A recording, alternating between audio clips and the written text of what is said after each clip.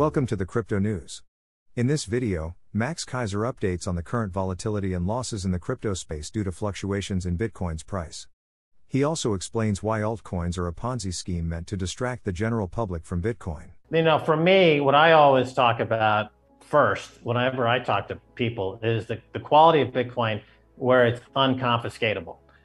So this is really unique in history. We've never had, as a species, the opportunity to have wealth that's absolutely unconfiscatable. And that resonates. That really, people like that idea. And the folks here who were unbanked, right? 70% of the country before Bitcoin was unbanked. Now 70% of the country is relatively banked, as they all have now the Chivo wallet and they have access to Bitcoin. So that was a flip, an incredible change. I think this is really interesting because Michael Saylor's at an interesting point in his Bitcoin experience, right? He's now going through what anyone who's been in this space for, like I've been in it for 11 years, right? Started buying it at $1. I've been through 3 halvings. I've been through 4, maybe 5, 80% corrections. And so Michael is having his first, big, cream pie in the face of volatility everyone experiences with Bitcoin at some point. I think his basis at MicroStrategy is 30,700. And of course, they're down on paper from that. People trading without any cost whatsoever into kind of the fastest moving, I'll say shitcoin, I don't know, altcoin. And there's a tremendous amount of social media where you see hyping of a meme coin. And so there's no penalty for that mass of meme coiners out there to just jump into a new one. There's no tax penalty, et cetera. So bringing in a washed-out rule would theoretically put a buffer between that kind of murmurations, as I call it, pomp. As you know, the country made Bitcoin legal tender a year ago, and they are experiencing all the benefits and changes that come with that. The economy is doing very well. They printed a 10% plus GDP gain. They're looking to do that or more this year. Tourism is up by a couple of $100 million. They just completed a surfing competition, international surfing competition that attracted people from all over the world. It brought in millions of dollars. They've got forward and direct investment coming in the billions of dollars. So that's all happening. That's very positive. Now, additionally, the government has decided to crack down on gangsters. So they have essentially arrested and incarcerated thousands of gangsters. And this also has a very beneficial impact on the economy. It's estimated that the gangs were extracting about $6 billion a year. And this is an economy in aggregate. I think it's like a $45 or $50 billion economy. So that's a lot. That's a big difference to this economy. It's like giving everybody a 25 to 30% tax break because they're not paying the extortion. For example, you got 5,000 pupusa sellers. Those are the local delicacy that are sold on the street. There's 5,000 of these around the country. They're primarily women. And so they would pay up to half of their revenue to these extortionists, to these gangs. So now they are the gangs are being wiped out. So that has a huge knock-on effect.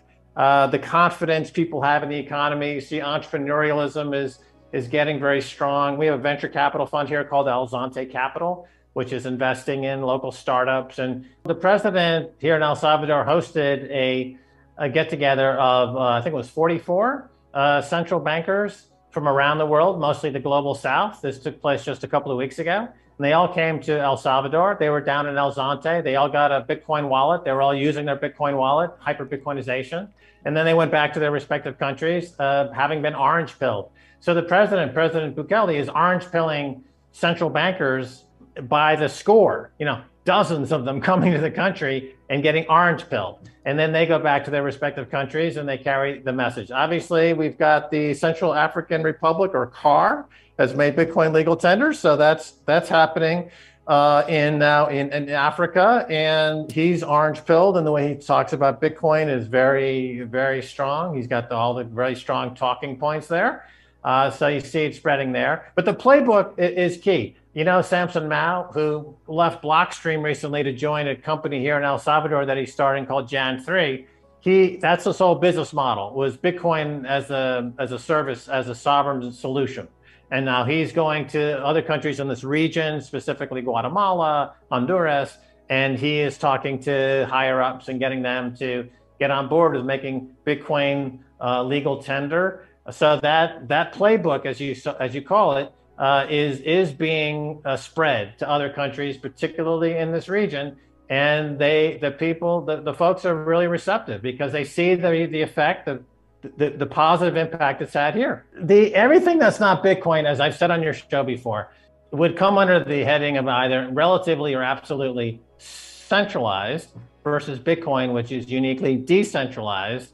Additionally, a case can be made applying the Howey test that everything that's not Bitcoin would be an unregistered security, right? So, and it also brings about the question about Senator Lummis in her bill that she's trying to get through Congress, talking about applying some regulations to quote unquote crypto. And she does things like she equates Ethereum and Bitcoin. She calls them both commodities, which I think is false. I mean, you can make a case that Bitcoin is a commodity like gold, but clearly Ethereum is an unregistered security without any doubt whatsoever. So Gary Gensler over at the SEC had kind of pushed back against all this and said, hey, lady, stay in your lane. You don't know what you're talking about, which I think is the correct response. But when the cross-collateralization issue that he's getting at is really the crisis du jour, I would say, because of what we saw with Terra, Luna, and all these other DeFi coins, that they're manufacturing that yield, kind of cross-collateralizing and putting money to work into other DeFi coins, and these other DeFi coins are generating returns by creating coins out of thin air. So, I mean, by definition, that's a Ponzi scheme. I have bad news for you. If you're not rich by now, you're screwed. And if you're in debt, you're even double screwed. How so, you might wonder? Well, the sad truth is that you're working your whole life to make someone else rich. The mega corporations, the banks, the politicians, everyone is getting richer. They get your money. And what is even worse, they get your time, they get your life. You are not even in a rat race, you're in a financial prison. But what could a solution for you look like? Honestly, I don't know, but I know what a solution for me would look like. It's very simple. I use whatever money I have and I multiply it with 1,000. This could make my life much easier and probably yours as well. If you have $1,000 available and multiply this with 1,000, I believe that this could solve some financial issue for the one or the other. Of course, if you're ugly, you would have to multiply it with much more than 1,000. My name is Markus Dan, and this is what I decided to do. I decided to 1000x my money. This is not a joke. I know what you may be thinking. What is this guy talking about? How should this work? This is not possible. Well, I made a detailed video where I laid out my plan. And some clever folks might even want to look at this plan and copy it and do exactly what I do. This is just a little hint on the side. You have two options. You leave, you forget what you have seen. You do whatever you're doing and you hope that somehow you get some other results. Good luck with that. Or you click the link below the video. You enter your email address because I'm not showing this to everybody. You at least watch my video on how I plan to 1000x my money. The choice is yours. Make the right choice. Join me. See what a different future you could have. See at least how I intend, how I plan to do the 1000x. So click on the link below, enter your email address, and I see you on the other side. Your Markus Dan.